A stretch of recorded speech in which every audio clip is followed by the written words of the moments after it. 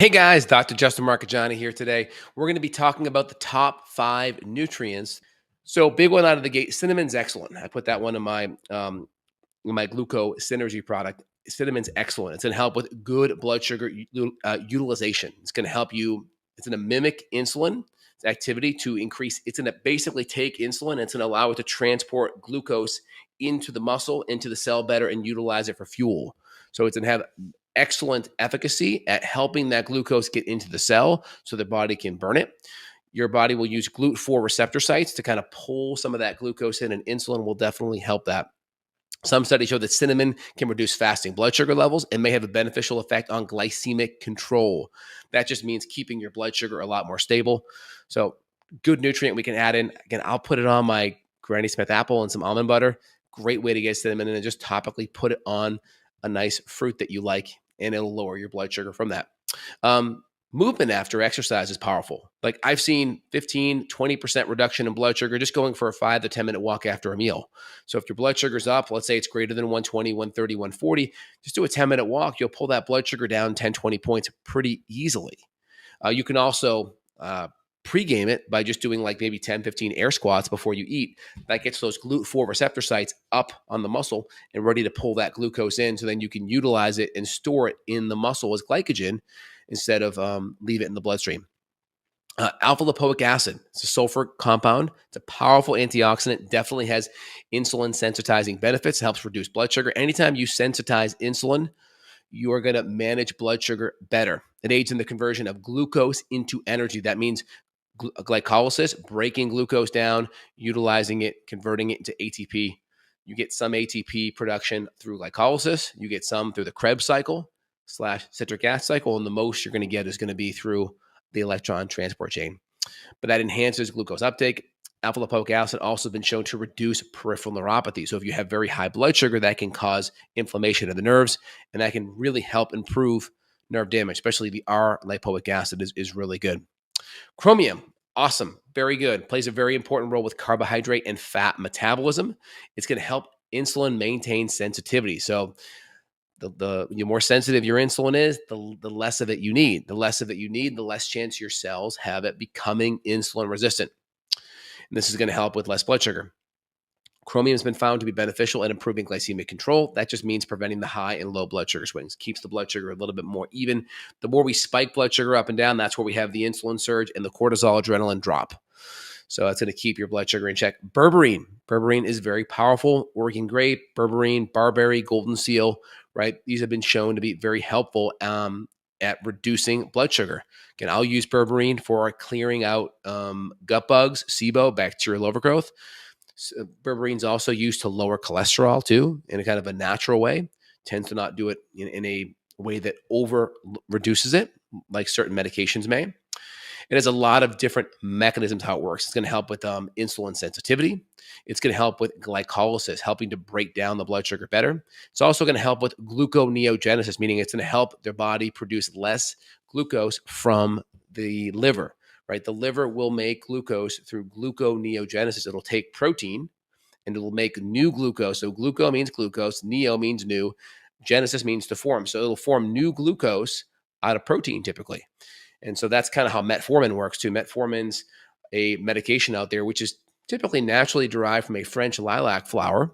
And it works by decreasing glucose absorption in the stomach / intestines, but it also works on decreasing gluconeogenesis, similar to berberine.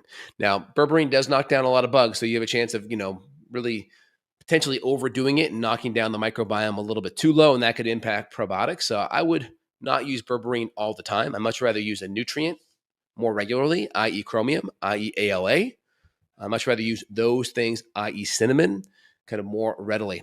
I'd also add B vitamins. A good B complex is powerful. B vitamins, B1, right, which is going to be, B1 is going to be thiamine. B2 is going to be riboflavin. B3 is going to be niacin. B5 is pantothenic acid. B6, pyridoxine hydrochloride.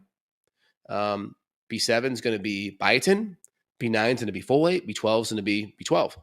And you have your adenosine, methyl, and hydroxyl. But these are important nutrients that help with blood sugar metabolism. When you look at the Krebs cycle and you look at, goes from succinate to malate to fumarate, you look at these intermediary steps around the Krebs cycle, your body will basically take glucose, it'll take fat, it'll take protein, it'll shunt it all into acetyl-CoA, and acetyl-CoA will funnel into the Krebs cycle and pumps around twice. And as it pumps around, it takes magnesium, it takes B vitamins to run that Krebs cycle. So it's very important there's enough B vitamins on board. So a B complex is going to be excellent. Magnesium is going to be excellent. Magnesium is going to help at the insulin receptor site where blood sugar binds, right? Insulin is going to be there to help regulate that. It's going to help with blood sugar. It's going to help with just the overall metabolism and breaking down glucose via that Krebs cycle. So very powerful. So B vitamins, I would just do a B complex. I wouldn't, just say one. If we have lots of peripheral neuropathy, we may add in especially B vitamins, but also B1. We may even add in a fat-soluble B1 called benfotiamine, which is a fat-soluble B vitamin that gets right into the nerve myelin in case there's a lot of peripheral neuropathy and a lot of inflammation. Next, omega-3s. Omega-3s, actually, they're PPAR agonists. So they work on the PPAR agonist mechanism. So they're going to improve adiponectin, which is going to help a lot with appetite. It's going to help with insulin sensitivity. Almost all of these nutrients are going to work on making insulin more sensitive at the receptor site level. Insulin has to dock. Insulin docks. The receptor site of the cell opens up, and then it allows glucose to be taken up by the cell. So insulin comes in. It's like, think of insulin as the key. Receptor site is the lock. Comes in, boom, opens it. Now the cell is open, and now glucose can come in. So if we're insulin resistant, now we need 2 keys. Now we need 3 keys. And so to be insulin sensitive, we can go back to 1 key. So we need less keys to open the lock. Now, in this analogy, keys don't have an impact on the environment, but more insulin, like I mentioned, causes vascular issues, denatures collagen, protein, stressful on the kidneys, stressful on the vasculature, makes it harder on the heart. I didn't even mention, but insulin also will knock out, and fructose will knock out eNOS pathways, endothelial nitric oxide synthase. Those are going to be vasodilators. They lower blood pressure. When you lower blood pressure, you take stress off the heart. So higher adiponectin levels, which are going to be increased with omega-3s, are associated with better blood sugar control. We're going to be able to manage blood sugar better. It's more of a snake along type of blood sugar versus a roller coaster blood sugar.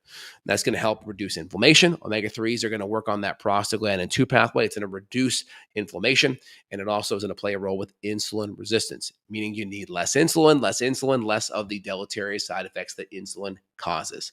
Again, when we talk about hormones, it's always the Goldilocks effect, right? Not too high, not too low, just right.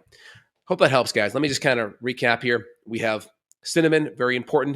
You can use that on your food, use it on your apples, really nice, going to work on glucose transport, glycolysis. ALA, very powerful. I'll typically do a reverse alpha lipoic acid, very helpful with peripheral neuropathies, damaged nerve, helping to lower blood sugar. Chromium, excellent, powerful, will work on that insulin receptor site and help with glycolysis and bringing glucose into the cell. Berberine works excellent, will also decrease gluconeogenesis, similar to metformin or French lilac flower.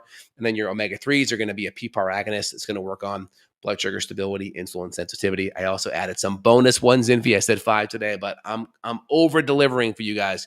A good B complex works on the Krebs cycle, so you can pump that Krebs cycle around, take that acetyl-CoA, use the B vitamins, and also use that magnesium to really help convert that glucose, break it down, and generate ATP or fuel out of it.